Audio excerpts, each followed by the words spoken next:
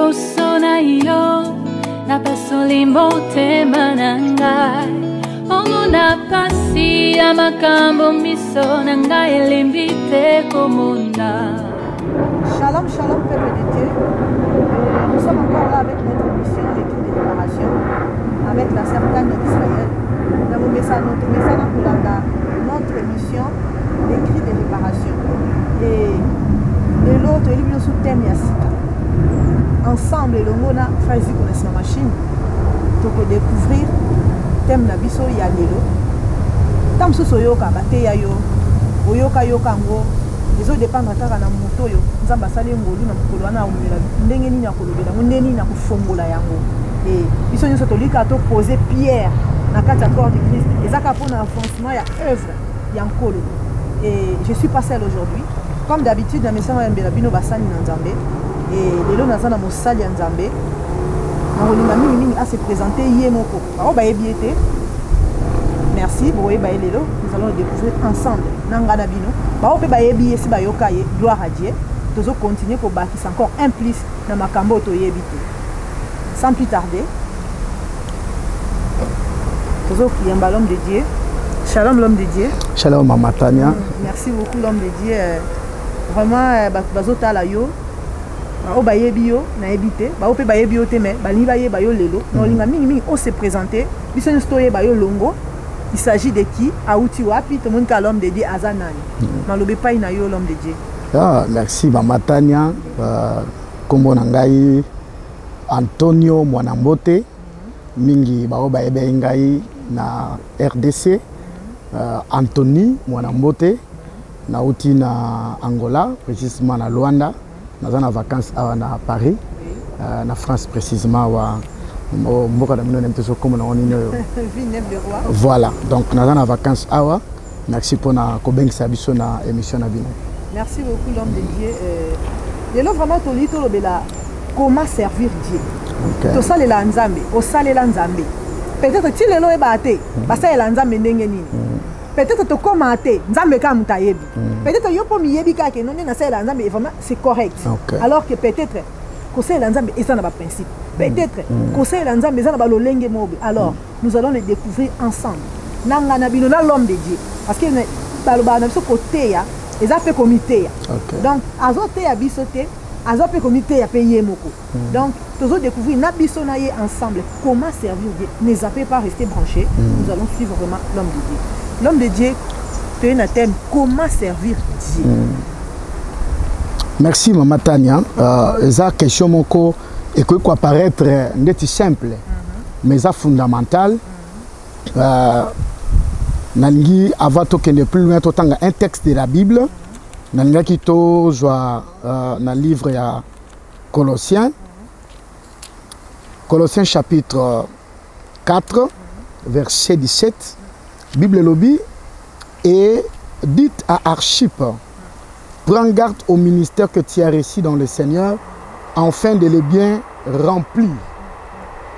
Apôtre Paul Mtao comme Mukanda, peut a-t-il en église, mais adresser une parole, et pas à Moutoumou Azala qui est très important, au Yakina Kombo ya Archippe, a ebisi ba destinataire à lettre nae, que boyebisa Archippe, akeba na ministère au azo qui pas Seigneur, pour remplir un bien.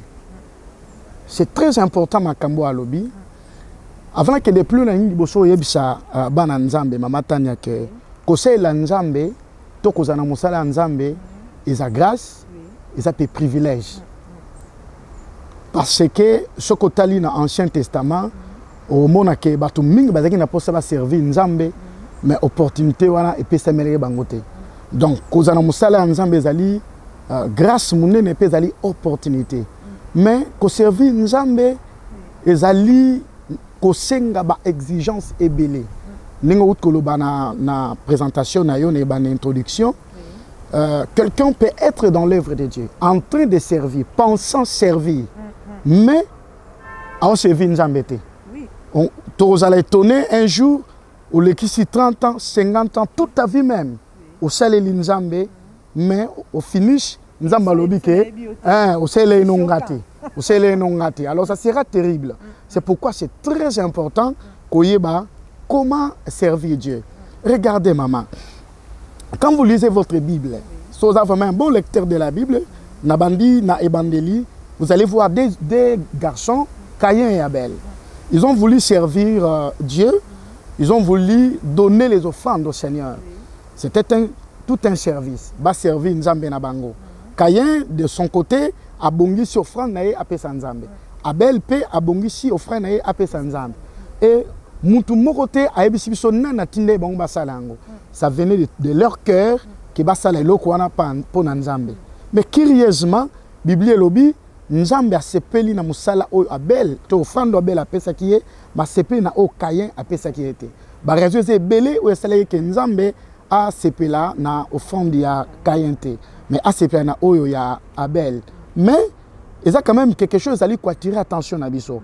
Vouloir servir Dieu, c'est une chose, mais faire tel que Dieu le demande est une autre chose. Alors ceux qui ont servi Nzambe, oyebi kosala ndenge ya lingite, eza mobulu. Nzambe na biso aza la personne la plus exigeante. Au monitant aux la classe, baningo to na mona Congo ba koyiba makambo na zoloba. To tangaka ba livre moi meke. Na habite to tangaka na classe ba olobla ndatantangu. La jeune fille de roman. OK, ba roman wana. Mais c'est très compliqué.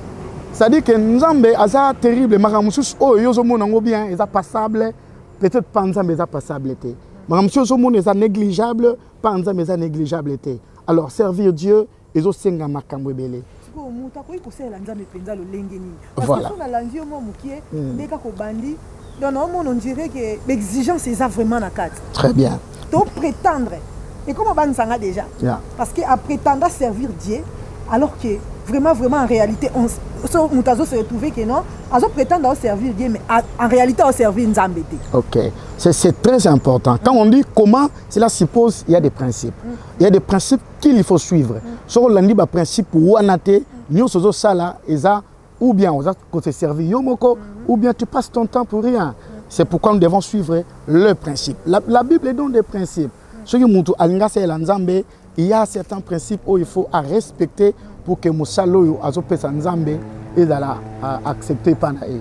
Alors, dans ce prétendre était au pesa principe mais on peut quand même citer quelques principes où ceux qui to meki ko tiango na Moussala na biso eza malam. Ba na Nzambe bo zapete en tout cas rester branché.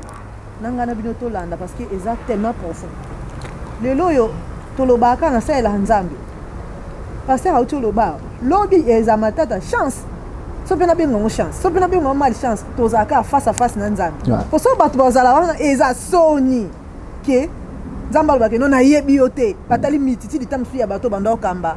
Tamsu ya bato baza onzimira yo ba mona ko certains ya sa ke mission abwena boy. Lobi Nzamba loba na yo ne mission na yeba ki amote. Ezala trop triste. En tout cas, rester branché to landa quelques principes pour mosa Nzamba otangela biso ko to sa ela Nzambe na ndenge elongo bana. Je vais rester dans la parole de Dieu. J'aime beaucoup Paul parce que Paul a pésibiso ba principe ebelé na oiko sunga biso poto la Nzambe malam. Mais je commence par le premier que je trouve que il faut to bandela nyonso wana. Comment servir Dieu? Il aurait besoin nous pouvons dire il faut servir Dieu avec crainte et tremblement. Dieu azali mutumoko terrible. Batobeli basimbi musala Nzambe. Bazana kati ya musala Nzambe. Mais quand vous êtes à leur côté, vous ne trouvez pas que ces gens-là sont en train de servir Dieu avec crainte et tremblement. Batobeli Nzamba koma lokola un ami pour eux, basi ba mesani Nzambe. Nzokandi ba mesani Nzambe te. Quand vous voyez les gens qui ont servi Dieu dans la Bible, comment bazalaki na somo ya kosala Nzambe wana. C'est comme aujourd'hui balobi na yo ke ozana bureau ya président de la République. Vous n'allez pas vous comporter n'importe comment en étant dans son bureau. Au respecter ba moins de détails à makambo azoloba. Paul azoba na biso que nous devons servir Dieu. Je vais lire Philippiens chapitre 2, le verset 12. Paul dit: ainsi, mes bien-aimés, comme vous avez toujours obéi, travaillez à votre salut avec crainte et tremblement, non seulement comme à ma présence, mais bien plus encore maintenant que je suis absent. Paul a attiré les Philippiens qu'ils devaient travailler pour les salir. Mais il montre comment ils devaient travailler pour les salir. Alors, avec crainte et tremblement. Maman, tu as dit le long de l'Anzambe, crainte Anzambe zate. Mais l'homme de Dieu n'a pas na yo, to pas na bino basala Nzambe. Par là, nani kana penge lo moko, question moko, na yete soko yami bale misato. Soki le tolandi maloba Paul, que ba servir Nzambe na crainte nyo surtout. Lelo ntosala Nzambe ozala susté surtout na basala Nzambe. Lelo to mona niveau ya na ebité so na bengo désordre. Soki désordre organisé na ebité. Na ebité soki crainte ça parce que quand lelo boki mo sala Nzambe na boye, quand lobi boyoki e boye, quand lobi boyoki e boye, ce qui fait que na basala Nzambe étant ba serviteur, na zo baté ba servir nani. Est-ce que bazo to ça ba principe? Point d'interrogation. Ba Nzambe ba olanda na basala Nzambe. Oh bo olanda biso. En tout cas bo olanda l'homme de Dieu bien. Ce qui osana ba principe té. Lelo yoka ba principe sali là. Bon, c'est malheureux, tu as déploré que Lelo batubali ko servir Nzambe sans tenir compte qu'il faut Nzambe ota liboso et terme maintenant. Regardez maman, quand vous servez le Seigneur, tout ce que vous faites pour Dieu, ne pensez pas que Dieu ne peut pas le faire. Ne pensez pas que Nzambe bazana batumsute bakosa le kamwana. Le Seigneur regarde d'abord l'état de ton cœur avant atala oyozo pesaye tozo sela. Mais nous ne pouvons pas dire que le kolabatu nyonso bazotamboula mabe qu'il n'y a pas de gens qui craignent Dieu. Ça c'est faux. Parce que quand vous lisez votre Bible, il y a la notion du reste. Il y a toujours un reste. C'est-à-dire que sans nous tromper qu'aujourd'hui, ils ont battu oyo bako tambola pe baro banga nzambe. Bazali mama nanu facilité. Quand vous regardez l'histoire des enfants d'Israël, au monde il y a lobby Seigneur, ta ba on va comment saler la balle, nat kalinga moko. Nzambe bishi attention, yo zomona ko kali yo moko mais bazana no 7000 nanu ba gumba mendi balte. Donc maman il faut croire que aujourd'hui il y a encore des gens au bazana na somo wana ya Nzambe bazali. Yobi pasteur et comment ça la passe hier. Na habité basala Nzambe ba sauver évangile. Boko uta bako bima wapi boko bimela wapi. Parce que si on t'a bien l'évangile et comment qui sauvera l'évangile? Qui va sauver l'église? Si Yesu yemo na noyété. Nous avons battu au kende wap. Est-ce que basa Nzambe ba osala Nzambe na crainte? To bana na Nzambe o ba osala Nzambe na crainte nyonso est-ce que basa? Donc Nzambe ndo boma na kala. Non, moko o balobaka batamke bazairo to ba congolais balobaka non. Congolais yoka na film. Nzambe tanga ndeko chamu panga boina sima. OK, mutakoti na liese. Boyo ke kana bangonga naka ntana mona zaka terrible mutu nesa ki obanga lelo lokwa grâce ya tande la grâce na basa Nzambe ba osakana na tango grâce mo mona Nzambe lokola master na bango ta ya grâce ezoyeba na lisuste l'homme de Dieu. Oui, c'est okoye bisa basa na Nzambe oyo ba olanda yo baza na besoin ya principe wana parce que misusu baza babimi déjà na principe donc mutu so bimi na principe c'est babimi déjà libanda non baza na besoin aide musu bazo mi yeba ke abimi na principe musu pe aza ignorant okoye sa bango nini o ba olando siko na bana Nzambe na basala Nzambe. C'est très important maman. Nali kozongi la sukolobake c'est possible. Aujourd'hui encore, il y a toujours cette notion là du reste.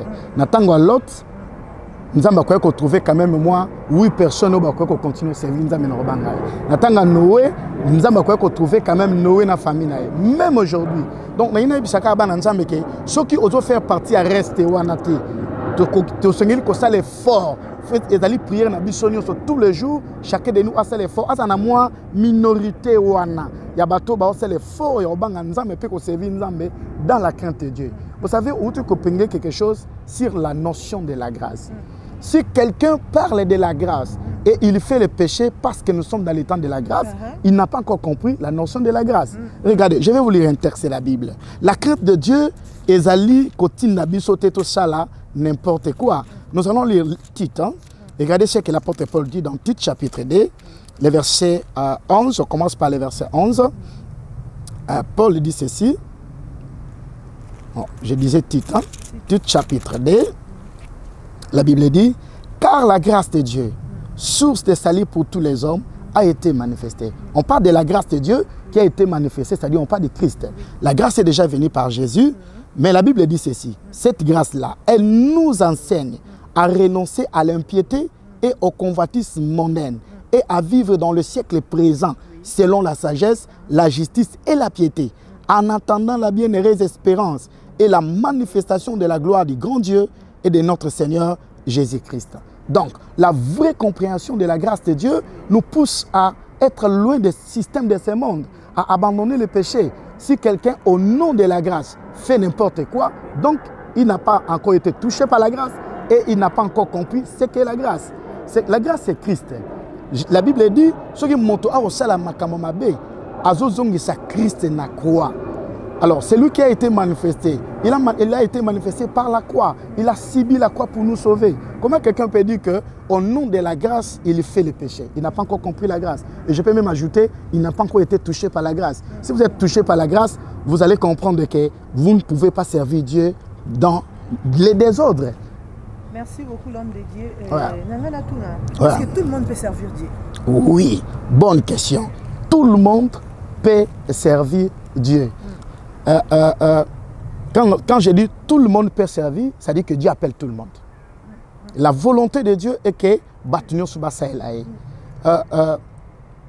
Seulement, de tout le premier principe, Oyo, nous avons besoin de poser Batubasa Elae, mais Oyo, besoin de royaume, nous avons servir. Donc, tout le monde peut servir Dieu. C'est la volonté de Dieu que tout le monde sert Dieu. Aoboka Mutute, Aobenga Batunyo va servir. Mais déjà, il faut que nous avons besoin de poser un mouton. Vous allez voir que la différence entre l'Ancien Testament et le Nouveau Testament, dans l'Ancien Testament, il y avait des gens que Dieu avait choisis pour passer là. Mais dans le Nouveau Testament, la Bible dit que le Seigneur a fait de nous un royaume de sacrificateurs. Tout celui qui a accepté Jésus-Christ dans sa vie comme Seigneur et Sauveur peut servir Dieu. Et c'est la volonté de Dieu qui sert Dieu. Merci beaucoup, l'homme de Dieu. Ouais. En tout cas, ne zappez pas. Toujours continuer.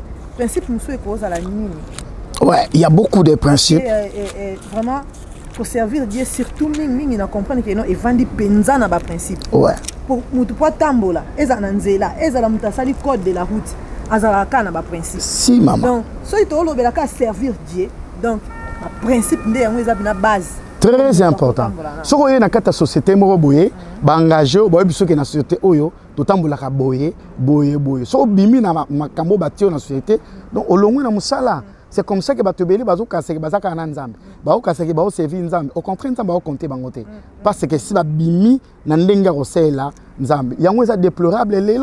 Lelo to mo mona mususu ya sola na nzambe ayoka kabatute ayoka kaka nzambe ayoka kaka nzambe ti mukomso mona muta koti na kata libulu me muta sola na nzambe odinda kana kata libulu ti adindi pe kaka nzambe zo yoka te nzambe zo mona ete.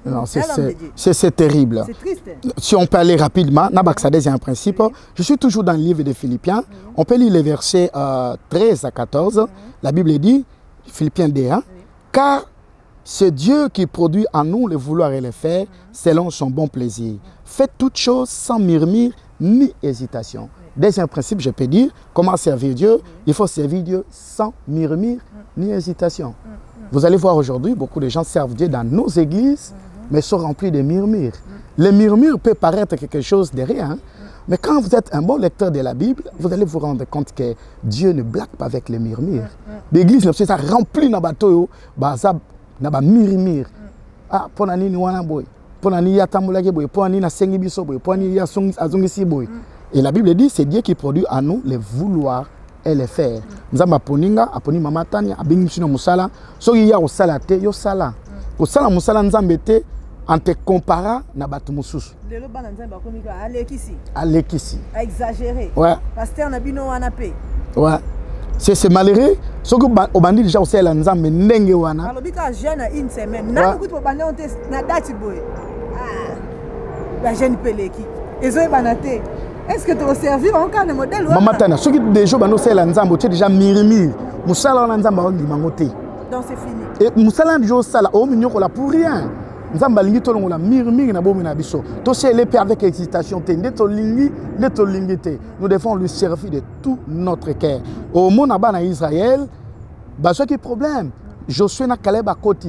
So tel motif ba côté li te kak. Mirmir kak. Pour ba mirmirer. contre Moïse, ils n'ont pas voulu que Moïse attende Moïse. Mais comme il a un miracle, mais comme il a un Moïse, on sait les fait tout faire kuna. Donc nous devons comprendre que et là on y soyo to c'est la pona nzambe nzamba lingite to sana mutema ko yima fongola mutema na yo. Donc il faut bien noter que ce ne sont pas des hommes qui nous ont appelés, c'est Dieu qui nous a appelés. Musalo zo salawana atako muntu mutabino salaboye, mais c'est Dieu qui t'appelle à rendre service. Surtout on servira très bien les seigneurs. Donc je parlais comme deuxième principe les Kambouya murmure, paix, hésitation. Comment servir Dieu? On doit servir Dieu avec consécration. La consécration est très importante dans la façon dont on sert l'Anzambe. Quand vous regardez l'Anzambe mingi lelo, vous ne sentez pas la consécration. La consécration, c'est le fait qu'une chose est dédiée à. Et la chose dédiée à devient une propriété privée de Dieu. D'abord, déjà ça. Et là, on a consacré, et là, ça, et là, comme propriété privée, ce qui ont consacré par Nzambe, comme propriété privée, il y a Nzambe.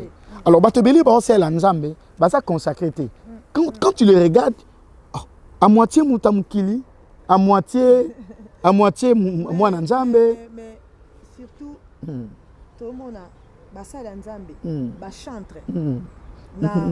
Na liste na mulongo au talibo lobi mosa Nzambe azoy banate mosa surtout ana poto ana invité vraiment bato ba landa biso bolimbisanga vraiment na bike bomonaka to monaka ensemble parce que tokoki ko kosate tokoki ko ignorer te tokoki komi kosate na makambo misu na biso ezomona au monde mosa Nzambe alataka ba griffe lokola okutene ba biso mosa Nzambe nga penzani na zabwe atana na problème ngondeni mosa Nzambe waza déjà alati ba griffe ezomona na nazo retrouver te na liste ba sa Nzambe mosa Nzambe aza mutu aza humble aza lokote bino ne faut pas tombola ye par la grâce de Dieu vous reconnaître grâce à ça non bino ne pas tombola respect wana zoya ya moko par rapport à grâce mais le comme mosa Nzambe ye moko ami pese la ba éloge au moni penza bolobi te ba biso ke non au pasteur na so e mo lobi déjà ka yo mo uti lo ba murmure. Quand le fait qu'il y a un malade, le fait qu'il va présenter l'homme de Dieu, quand il y a un mimé, il y a un assemblée pour nous, il y a un société parce que la mimé, il y a un zimiyete, il y a une position. La mission est pareil. Nous avons il y a kuna, il y a koto, il y a un geste, il y a un sala, bonzambe ezate na kati. Na ebite tozo kende wapi, consécration et ponaka batu. Merci Maman Tane. Moi, Nzambe na niveau no azali. Donc d'abord, mutunyo sozo reconnaître Nzambe loko la Nzambe nae, asa déjà serviteur de Dieu. Mais seulement que na conseil la Nzambe, il y a quand même des tailles. Tous en biso na taille moroté, to benga biso na service moroté. Mais il faut que ba Nzambe to yeba que nous devons faire la différence entre ce qui est saint et ce qui est profane. Sinon, c'est comme bito, c'est comme compliqué. Si nous ne savons pas faire la différence entre ce qui est saint et ce qui est profane, c'est pourquoi les lots, na mesure sous-souté, il y a qu'à attirer les païens vers nous. Pour que na biloko eza sacré comme trop légère. Biloko eza sacré comme il y a que chaque année. C'est pourquoi. Oh mon frère François nos cher est comme moins cher. Cher pena batela est comme moins cher parce que mutu to ale kana ba n'importe quoi mais na cher. Oh ba eloko loko la cher. Et si ka oh maloba Nzambe bimaka. Oh tolobake non la parole de Dieu est Dieu. C'est Dieu lui-même à travers sa parole. Donc et si comme Nzambe bimaka et comment moins cher parce que mutu ya lobi n'importe quoi. Pasteur yemo zo kosa kana cher. Bandimbe ba ya kosa kana cher. Ya mon frère François ba non cher est comme moins cher. Donc voilà tout ça kana Nzambe maman. Nzambe vraiment asunga biso mingi to restaurer église à Seigneur, to restaurer musalo Nzambe a pesi biso. Na ebité hein. Grâce à bon dans la période d'un groupe de prière. Bon, ce n'est pas de l'orgueil, mais à ce moment-là, quand on vous dit que cet homme est frère en Christ, maman, ce qui est que mon toit frère, la Bible était. Donc quand tu le regardes comme ça, la consécration, c'est le fait que tu as pembeni. Nous sommes dans le monde, mais nous ne sommes pas de ce monde. Si tu as servi Nzambe en copiant le monde, et comme mon boulot il y a un monde siko to te na biso mais les païens trouvent ça ils ont normal parce que biso to so mema eloko ya malamu pa bango bo moto na biso ezo la kisasa comment tout le contraire papa et comment que non oyebisi mutu oh mon sang nzambe ngakunda linga bango te donc faut me kuto la kisa ye mutu moko boye simple peut-être qu'on peut saluer ya landa mais si on a dit que l'homme ezo yebana soute oh so tozongi sima na ba année passée quand on te présente l'homme de Dieu avec 10 valeurs, avec 10 respects, oyebaye te, aginaye ou pas, sa taille est le belote. Dans babika l'homme de Dieu, malamoko oyebaye te, eloko wana boti yango moko. Mais lelo, so ba lobia eloko ngo sili yango moko. Parce que to minimiser les sacrés. To minimiser les sacrés. Biso mobo mo na ça dédié tinga na nzambe te. To ça to mi pesi pa nzambe vraiment te lelo mona to ça trop superficiel. Servir Dieu et aussi surtout la superficialité. Dieu n'utilise pas les gens qui ne sont pas consacrés. Regardez, le Seigneur voulait sauver les enfants d'Israël, mais qu'est-ce qui s'est passé? À Koutanina, maman Samson, à l'obinaye, que Nanzela na yo, Ozoazemi, Robota mwana moko, pe mwana wanande, Nanzela na bando kangola Israël. Mais à l'obi, comme la boyauté, kolia boyauté, après c'est moi ba règlement ko, abi parce que cet enfant qui naîtra de toi est consacré. Et donc, sa consécration, c'est ce qui fait aujourd'hui que la puissance de Dieu à l'église est associée. Parce que tout ça consacré. Quand vous regardez le livre des Romains, tellement que la consécration c'est quelque chose d'important, apôtre Paul a presque supplié bateau. Abi frère, je vous supplie dans les compassions de Dieu à offrir vos corps comme un sacrifice vivant, saint, agréable à Dieu, ce qui sera de votre part un culte raisonnable. Maman, on a la banque, tant pour la lobby, ce qui sera de votre part un culte raisonnable. Dans l'ingala malam tourlobin, ou la pona bino kit yama longa. Donc, cela veut dire, ceux qui se dédient pas en zambété, mais tu servir, nous sommes malonga te, ils ont ma seki, ils ont la valeur te. Donc la consécration c'est très important. Bandeko baola nabiso, na osenga nabiso vraiment que tous à la té ba auto servir nzambe, à moitié bata mukili, à moitié bata église, c'est très compliqué.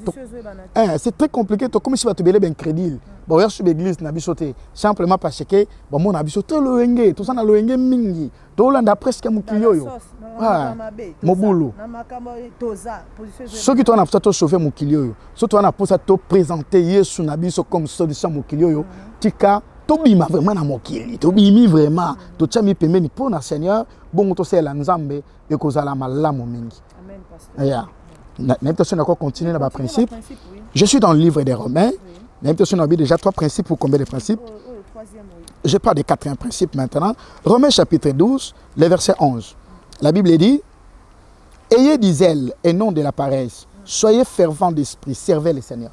Donc ce verset nous montre comment servir Dieu. Alors oui, ayez du zèle et non de la paresse. Si nous voulons servir Dieu, Dieu n'aime pas les gens qui les servent avec paresse. Mais Dieu veut qu'il y ait des gens qui les servent avec zèle. Le zèle, c'est quoi, maman? Jérémie a expliqué zèle bien. Alors oui, nous avons besoin de l'obasou pour la communauté. Nous avons besoin de la moto de la mikoua nangai. Nous avons mal à l'aise. Nous avons besoin de fervent d'esprit. Tout à l'heure, nous avons fait l'émission. Nous avons senti qu'on a posé au service. Moi j'aime la parole. Amen. J'aime la parole. Amen.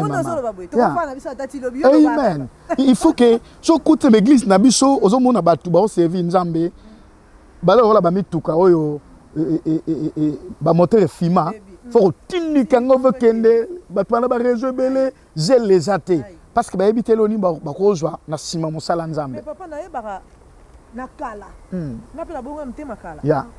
Nakala basera baleluya papa wana ozolo ba wana o église batika bambunda tozo yembela nzambe na ndenga liboma mutu so bando sambela si o sentir que non zel moko boye a osala musata ko botindi eta selango yemo on dirait donc église bana 17h à 14h amen tazo kombola aza abongisi déjà de to bino bozoya oyeka ofutu place yo mo batindi oto avant kiti ko bada ko sambela na amen po bato ba oyeba yokuto so pa bando yemba so pa ko mi tuntu ke ale ba kotika na rythme lelo vraiment franchement makambo za la lisuste mais zeluana o mutu azala nango tanga yambi Yesu à se on dirait le mot déclenché mais qu'est-ce qui s'est passé comme on a tant moko boye zeluana on dirait Qu'on servir Nzambe comme on dirait. Qu'est-ce qui se passe? Alors, on va répondre en ajoutant un autre principe. Un autre principe, c'est là que Zélabatu est là. Je lis Hébreu chapitre 12. Hébreu, le chapitre 12, je commence par le verset 1er qui nous a verset 2. Nous donc aussi, puisque nous sommes environnés d'une si grande nuée de témoins, rejetons tout fardeau et les péchés qui nous environnent si facilement et courons avec persévérance dans la carrière qui nous est ouverte. J'ajoute un autre principe. Comment servir Dieu? Il faut servir Dieu avec détermination. La détermination. Ceux qui zèlent ici, ils ont les locaux, celles qui zèlent ici là. Makambo belé et celle qui zèle la moutou exil. Hein? Moutakoza la amessani déjà. Il faut lutter, hein? De tout c'est l'anzambe boye. Plus aux autres poussent, plus au comment messana nanzambe. Il faut ça l'effort que au messana nanzambe te. Ah, ce qu'on va nous messana ka nanzambe. Il faut tous les jours dans la vie que la vie chrétienne est toujours autant présente. La vie chrétienne ne doit pas être autant passée. Donc, comment il est fatigué? À ça, la tour à l'émission, comme il est fatigué. Non, la vie chrétienne doit être toujours autant présente. Au salaka, mais aujourd'hui, qu'est-ce que tu fais avec le Seigneur? Nous devons mettre notre foi à jour. Si on a mis Talandé, dans l'année passée, dans servi Nzambe, dans l'élo, est-ce que ça n'a pas passé? Beaucoup de choses peuvent faire que Zél n'a pas ceci là. Mais si on a bêta, c'était la détermination. Au moment texte au elobi, bisonios, au terrazoloba, tout ça environné na une si grande nuée de témoins.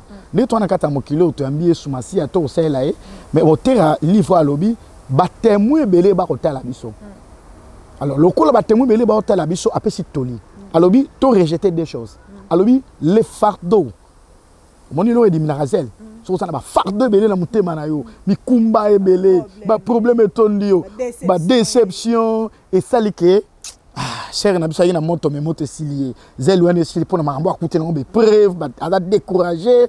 Tant musu ba découragé kan église, a monaki passer à ça il ka moko boye. C'est pourquoi na bandeki ne bande kolobake. So za na musala nzambe muta bengi yo ta passer nante. Mais nzambe muta bengi yo. Alors makambo belé ko sala mabongo. Mais hôtel alobi to rejetango. Boaka mikumba nyonso.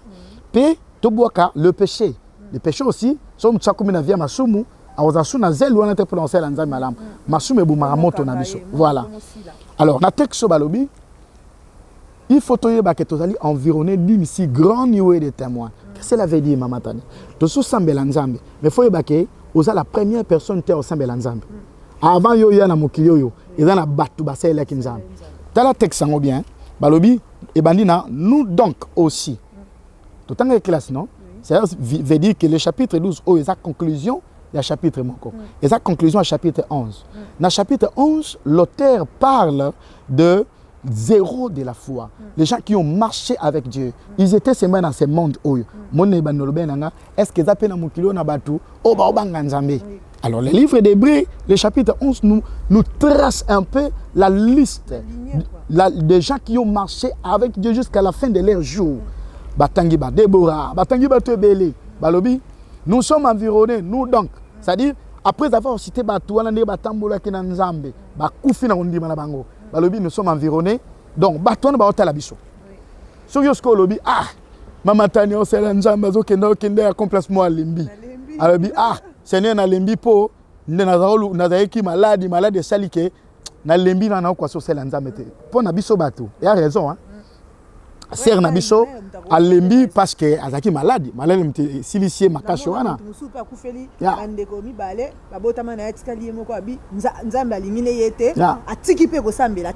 Maman Tani.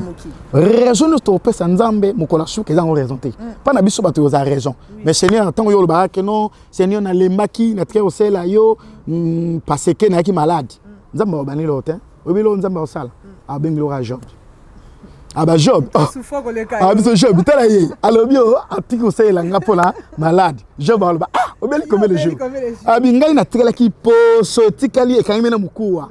Mais na tiki nzambete na olo baraka mon rédempteur vivant. Abiti Job a biso na comme tina niveau que moi sinanga linga kimanga. Finga non nzambo kufa. Po mo sona omona nenga obimla libala wana te. Po amoni que sona kimi bo ba oloba. Ah.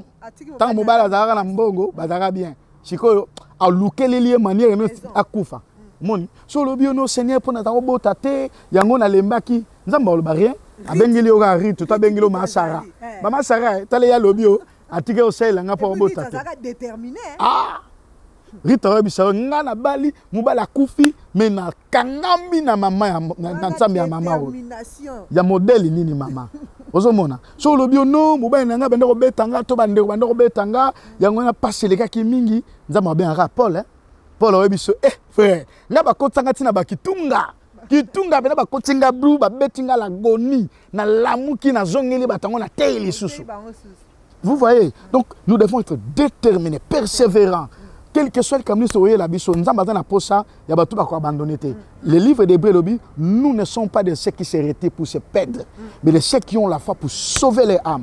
Il peut y avoir des choses où yo ezo le misafino mosala nzambe mais telema zo biblia na yo continuer conseiller l'ensemble. Vous voyez? Est-ce que je peux continuer avec les principes? Continuez, pasteur, merci beaucoup. Parce que c'est trop sérieux. Quand on conseille l'ensemble, mais Makambo Boye, comme ça, on se retrouve dans 4. Parmi les principes, si on se retrouve, répands-toi. Si on se retrouve, on a même été manondé, on s'est dit, on se retrouve dans la Likambo. Restez branchés. Comment servir Dieu? On ne peut pas servir Dieu avec les faits étrangers. C'est très important. Moi, mais le feu étranger, l'autre a un problème très sérieux. On peut être dans l'œuvre de Dieu sans servir Dieu. Mais parole avec mélange. C'est ce que je te dis, maman. Tout ce qui brille n'est pas de l'or. Parole avec mélange. Aussi, la Bible, derrière la Bible, alors, allons lisons Lévitique chapitre 10, oui. Le verset 1er. Les fils d'Aaron, Nadab et Abihu prirent chacun un brasier, ils mirent du feu et posèrent du parfum d'ici. Et ils apportèrent devant l'Éternel du feu étranger, ce qui ne leur avait point ordonné. Dieu les a appelés comme sacrificateurs, à la suite de leur père. Mais ici, la Bible dit, ils ont apporté les faits étrangers, ce qui ne leur a point été ordonné. C'est-à-dire que nous avons appelé ça Moussalane, mais il y a des choses Oyo a ordonné surtout Salaté. Je parle de feux étrangers. L'église aujourd'hui est remplie de faits étrangers. Il y a des gens que nous voyons aujourd'hui, des grands. Nous serons surpris que parce que bakina muta mupaya na biso mama lelo muta mupaya na ndenge mo sakanate na zola na YouTube non na mosanza mo la confession j'avais presque le cœur froid na lelo na salanine il parle les choses qu'il faisait les faits étrangers. Ce n'est pas parce que quelqu'un a prié pour un malade à Biki que c'est le Dieu qui a fait ça. C'est pas parce que quelqu'un a prêché et que a teika que na monto nzambe. Les faits étrangers, c'est quoi les faits étrangers? On définit les faits étrangers dans 3 choses. Je peux dire que le fait étranger peut être tout système qui n'est pas le système du royaume. C'est le fait étranger. Mais les autres, c'est trop. C'est trop. Et comme on dit qu'il y a suspense. Et comme on peut ça n'a pas si dans mon thème. Ce qui fait que miracle me ko salama ata mukie nzamba lembane lo thème batu ba boyango. Batu bazo murmurer. Lelo na ko ya likona nge bukani na kande to za boy. Je crois en Dieu. Pasteur, tu crois en Dieu. Au bon délit pour un miracle salami instantané. Mais les gens ils vont interpréter pourquoi. Alors parce que batouazana ba témoignage mingi ya makamabe. Mais na ngi ko interpeller l'église. Et puis makamabe bango eza kaka le même mosala nzambe oyo lelo abondeli pona batouana. Après certains temps kaka mosala nzambe wana bimi abandi ko renoncer na oyo ndeko sala. Bonjour tia biso wapi. Na kondima ndenge nini on avait un pasteur Anthony a tenga maloba nzambe. L'autre après 5 ans pasteur Anthony bimi à se repentir. Combien de basali ya nzambe oyo ba bimi si batute mevo ba se perdre likona bango. Nous tazo ye ba lisusu te amoni ke lokwa bongo non pasteur. Yebisa no bato ba Orlando non batebele ba bungisa. Batebele ba se perdre a bungi. Azoye ba lisusu donc à se perdre pour la libérer la paix. Na lingi no o réveiller mémoire à bato mususu. O yebisa no bato ba Orlando biso loko moko boye. Parmi bato yo oyo lelo un certain mutu grand moko boye soi-disant asali ke bato wana babima lelo se perdre okoyisa bato wana nini lelo appel nini okosala bango lelo nde naloba pa ya naloba bato mibale nazoloba pa ya mosala nzambe oyo aza na mota mopaya na bandimi na mosala nzambe wana mota mopaya nalobaki baedaka nzambe te baedaka nzambe te notre Dieu est Dieu tout puissant baedaka nzambe te soki wana kati ya mosala ya nzambe oyebi ke mafuta ozosalela eza mafuta ya nzambe te je suis désolé na obondelo ndeko yeba ke nzambe basalisaka ete zonge pa ya nzambe nzambe ko utiliser plus puissamment que le corps mona wana c'est rien aux satana opia yo et baby sa vie na yo pe okeneli felo la Bible dit à quoi servirait un homme de gagner le monde entier s'il perdait son âme. Donc biso to c'est la nzambe mutu nyoso au c'est la nzambe na mota mopaya atika yango po suite na yo eza mabe liloba na nzambe lobi ba scandale ozanga te mais malheur na moto yo azo mema ba scandale soki to bungisa bato belé c'est terrible parce que makila batuana et ozana mutu na biso.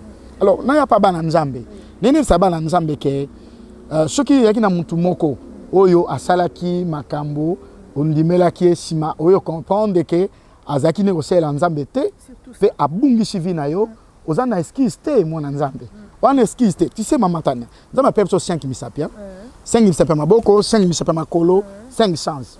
Le chiffre 5 c'est le chiffre de la responsabilité. Ça veut dire quoi? Ça veut dire ceci. Moutounios a responsable par rapport à lui-même. Ce qui va jouer dans ma boko no ba ke na panganga kis.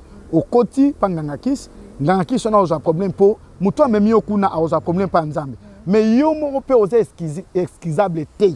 Le fait que kende kuna misapinezo l'action que tu es responsable. Donc, exemple excuse te pour na biso to zonga sima. Mais to yebake ce qui moutoana à ce qui m'a ramassé to découvrir gloire au Seigneur to continuer nzana na biso ya tengami na etalié biso to abandonner nzambe na biso te to kende liboso.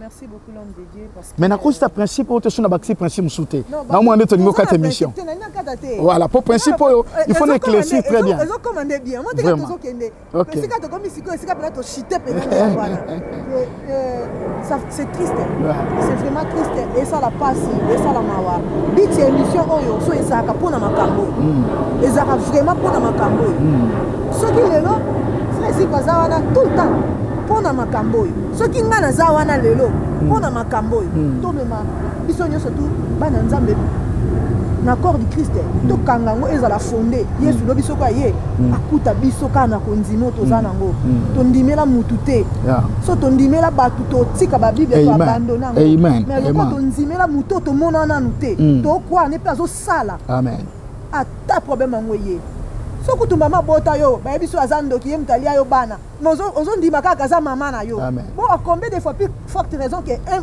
pasteur to mwana nzambe mo boye lelo ayaki na makambu boye ayaki ba guérison moko boye ko ezaki yango te lobi à se repentir comme ça nzambe passé à se repentir quand même poso à se repentir ite ngano tonga to eba on te tonga to kumbanana tisuka na ngana ye na alléluia même na lifelo. Donc, ceux qui battent, va poser foi na bango pas ya batu. Il y a un problème. Les gens doivent poser les foi sur Christ. Christ seul, c'est fini. Ceux qui n'ont pas dit que pas Yesu, mutoza semblable langa atatengami nae, il y a un problème nae. Au moins na vie oyo, to za lokola nanzela. J'aime un verset de la Bible maintenant. Psaume 119, verset 5 j'espère. Ceux qui n'a s'est trompé, David a lobby Nzambe, excusez-moi, maman, tout le temps, on a le bon le psaume 119, veuillez m'excuser, psaume 119, voilà, je lis quel verset, 103, que tes paroles sont douces, non, 105, ta parole est une lampe à mes pieds et une lumière sur mon chantier. David a dit que Nzeloto, qui est Tibo Konzalikolo, et a chemin, mais a chantier. Cela veut dire quoi? Même si vous avez mboka, banzela mboka ya sozo ke rivière, et dans c'est moi mokier, ba kendango des personnes té. Ba kendango seulement une seule personne. Surtout abiso mi balé, moko liboso, moko na sima. Alors David a définir nzela nzambe ndengwana, alobi te za chemin, alobi za chantier. Donc oza yo na nzambe. Soki wana atengami na ye, c'est son problème. Yo ko ko tika ko sambela te pona ye. Continuer nzela na yo, c'est très important. Vraiment tu bénéficies vraiment principe Très important, maman. Je vais ajouter un principe, principe parce que ça va comprendre bien et que parce que le diable profite aussi de ces principes-là. Les motamopaya, balanzambe lelo, ce qu'on appelle puissance. C'est aussi les stratégies de Satan. Comment servir Dieu? On doit servir Dieu avec puissance. C'est très important. Nous devons servir Dieu avec puissance. Acte chapitre 1, le verset 8 dit: mais vous recevez une puissance. Le Saint-Esprit survenant sur vous, et vous serez mes témoins à Jérusalem, dans toute la Judée, dans la Samarie, jusqu'aux extrémités de la terre. Jésus, après avoir enseigné les disciples, formation, mais il leur a dit: n'allez pas encore, attendez le Saint-Esprit. Il dit: vous recevez une puissance et vous serez mes témoins. On ne peut pas aller commencer à servir Dieu sans puissance. Apôtre Paul a l'obéi très largement la puissance. Il dit: le royaume de Dieu ne consiste pas seulement en parole, mais en puissance. Et il a quand même plus loin. Je viendrai pour voir le courage, je viendrai voir non seulement les paroles, mais je viendrai voir la puissance qui agit dans ces hommes-là. Quand le royaume de Dieu consiste dans la démonstration de la puissance de Dieu. Oui. N'importe quoi, car pour la puissance. Et puis il y a des bassales en Zambie, paroles, enseignement, il y a des enseignements à transmettre enseignement parce que il y a la base, enseigner, mais ça a été mis à démonstration de puissance. Quelle démonstration sans parole? Ce qui parole, il y a un Zambie, il y a ce qui avant à bon la mappa, à pesi batu nos paroles. Tant que batu lembi à comprendre que nos bateaux faut pas yokanzala, mais avant tout faut aller dans maloba. On les a non bilé à molimo. Après à démontrer puissance. Mais comment est-ce que les loba sont en train de démontrer nous na teite. Côté à côté nous n'en parlons pas. Parce que tiki on a teya à kolobaka bla bla bla tiasi ici. Soko yebi makambo nzambe otali mutu muso ko pesa 50 versets à limboli ata mo côté. Mais puis je vais démontrer la puissance. Soit tellement fort ba que non, na sa démonstration. Démonstration ya nini. C'est terrible et c'est triste. En fait, Dieu accompagne sa parole. Dieu est derrière sa parole. Ce que les enfants de Dieu ont besoin, c'est la parole de Dieu. Quand je parle que nous devons travailler dans la puissance, sans la puissance, ils ont un simple verbiage. Il faut changer,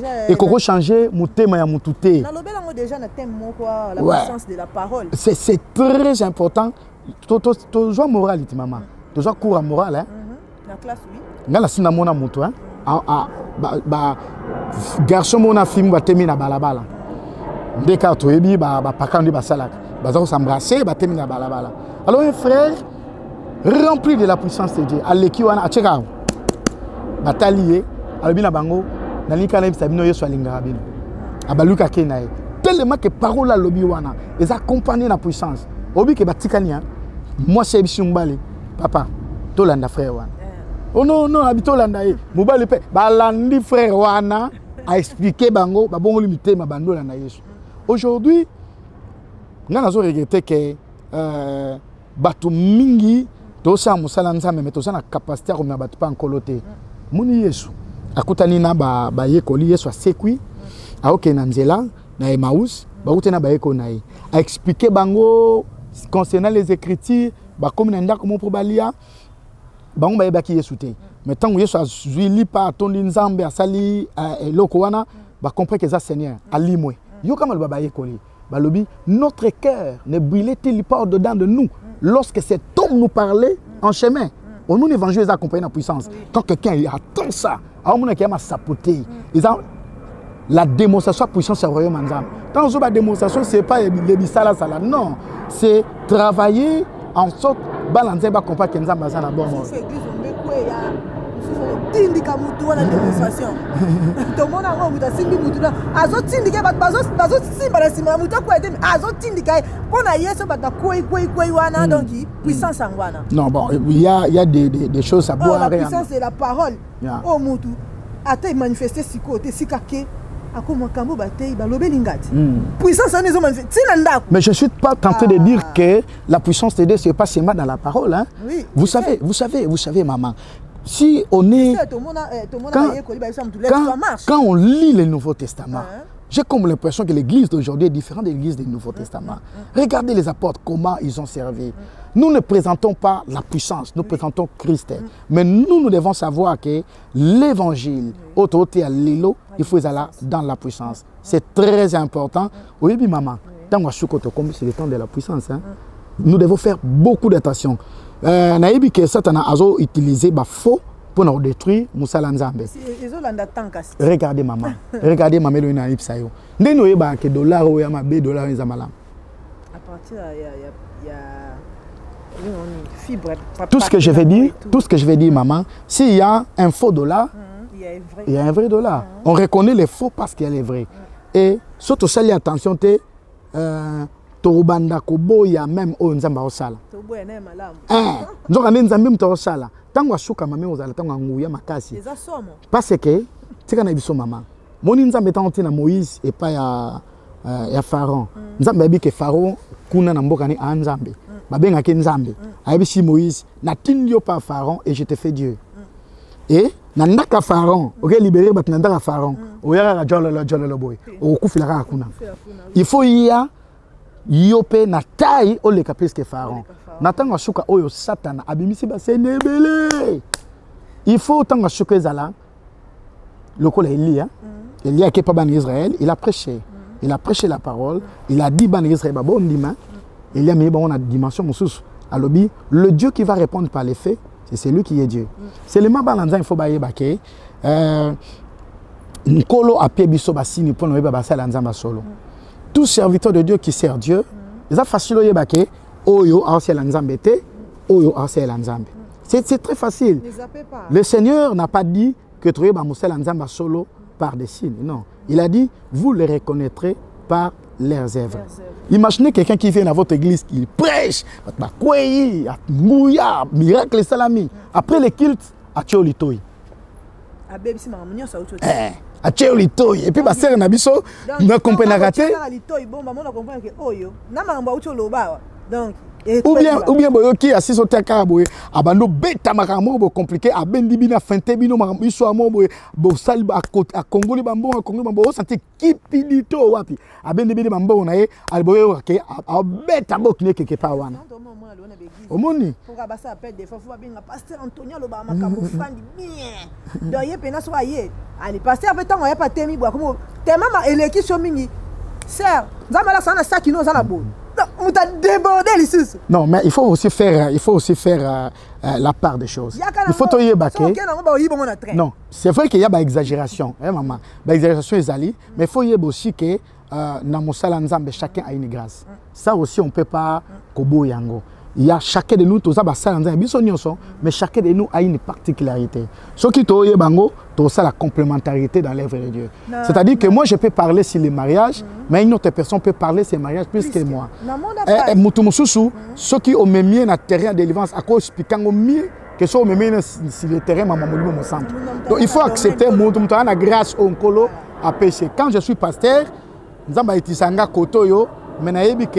maman tana yenza metisemi koto oyo to c'est complémentarité ya grâce. Je vous appelle pour église n'engeza la déséquilibrité. C'est pourquoi au monde dans le ministère le Seigneur a mis 5 ministères. C'est-à-dire que un évangéliste n'est pas appelé à être docteur. Gloire au Seigneur, son qu'on l'appelle Seigneur, c'est bon. Gloire au Seigneur. Mais il faut mutuntaye ba pas ni ba limite nezali.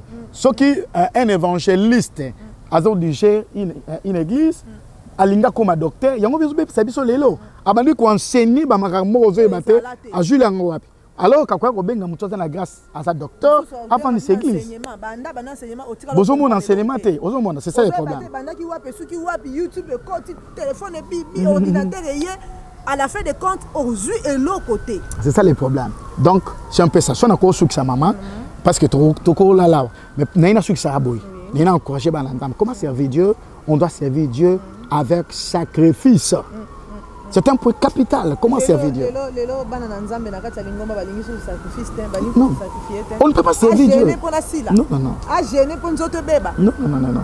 Il faut servir Dieu avec sacrifice. Et quand je parle de sacrifice, je parle des gènes, mais je parle de tout ce qui est sacrifice. Quand je parle de sacrifice, oui, maman. Nous, c'est un boulot.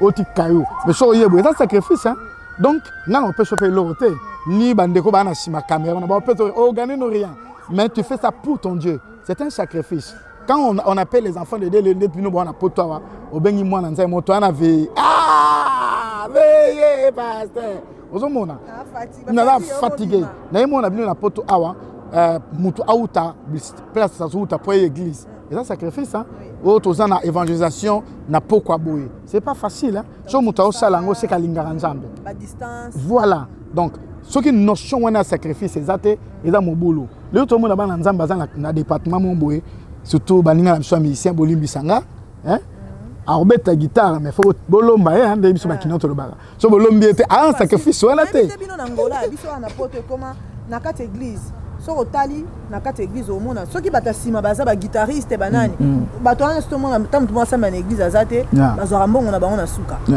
bato musu pa mona na ba chantre pe ba ya baza wana pe bazora et comment lokola nini ba bien copie na bango pasteur nga dans a chantre ata mukolo moko te na koyi ko tshana mutu na ngake na ke yemba bafuta ngambo soki na ke yemba pona gloire nzambe lelo so ba mutu mo abiki kande na oyemba nzamba kotenga combien on a imaginer te tam susu na mabena nga tam susu na façon nga nzamba ko kansanga ka tam ko mutu ana bika kya kumisa nzambe elongolinga na stade na zaye nango elinga mema ngandi felo me bimisina ebendinga na bénéficier grâce wana ka pona mbongo grâce wana tikala nango ba opeso combien. C'est pourquoi moi j'encourage les pasteurs à ça là bas cœur d'adoration que aux ba orchestre surtout on a orchestre on est à langa nzembo moni on tona ba premier belé mais si on a un département d'adoration bazal le département intercession donc on a bazate ke ba luka musala pana yo moi dans l'église na diriger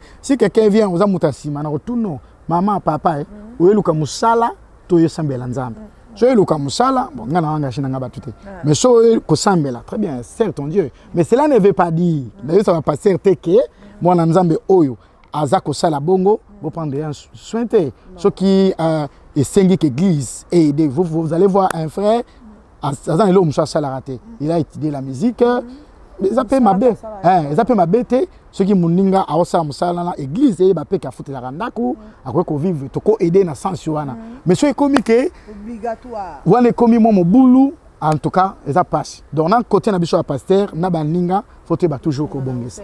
Merci beaucoup l'homme de Dieu merci na bato vraiment balandi biso et pasteur parole à souka na bato ba olanda yo na église na ngola awa na poto de partout et parole na souka ko za nini na témoin à servir Dieu okoki ko encourager bato ane ko servir balembi okoki ko encourager bana nzambe oyo balembi saki bango bato bakute na ba problème na parcours na bango ya ko servir nzambe lo nyo ko bisa bango na fin émission na biso oyo bakoki ko bomba lokola moboko mutu muso ko olanda mission a bombe loko arrêtez l'autre mais juste ya souka peut-être ko bomba on a mutu et puis et ça lié lobby avec ça implice moko.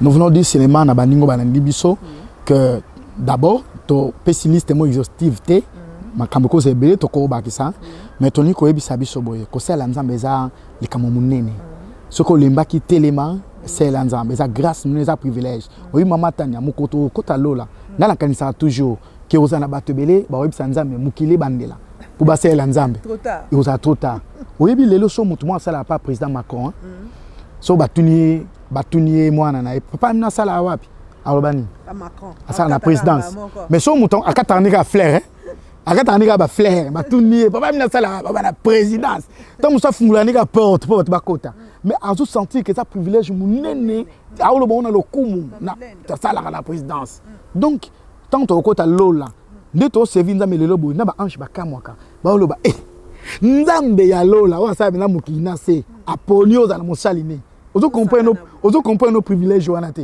ce que toi comment na lola ko ce que batebele ba réaliser que ezaki ndeboye c'est bien na zonga na mukina sala soso seigneur le batota ozala kuno on comprendre na ote donc mon frère sur limbaki telema so ba otaba désordre na musala tika ba bisala sala tika ba désordre kota na tchafuma sérieux nzamba obenga yo nzamba obenga biso mais alingi to tia beaucoup de sérieux to longola bisangisa to longola mukimukili kati na biso to mikaba epai na nzambe to yeba ki musala to sala ils ont pambate et na mokili oyo eza na mboka na nzambe to zilango litomba. Merci beaucoup l'homme de Dieu, vraiment te bénéficier à Moutouya vraiment na émission Oyo. Bazolanda yo bamboto kopesa pa banani nebi ke na Angola bazolanda yo. Awa na poto bazolanda yo église bazolanda yo. Ekolo bani pona bana na église kuna.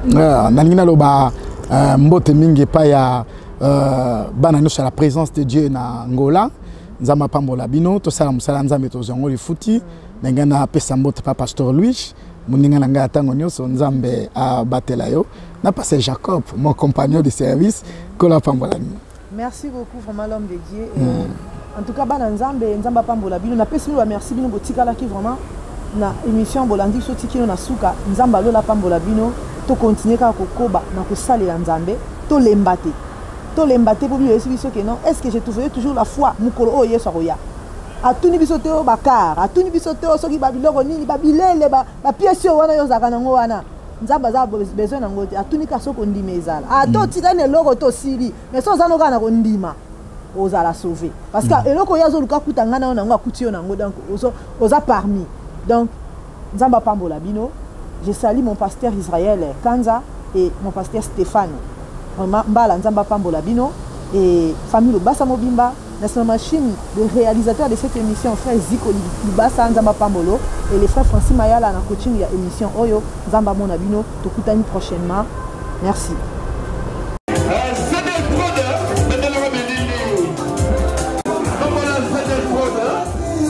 Image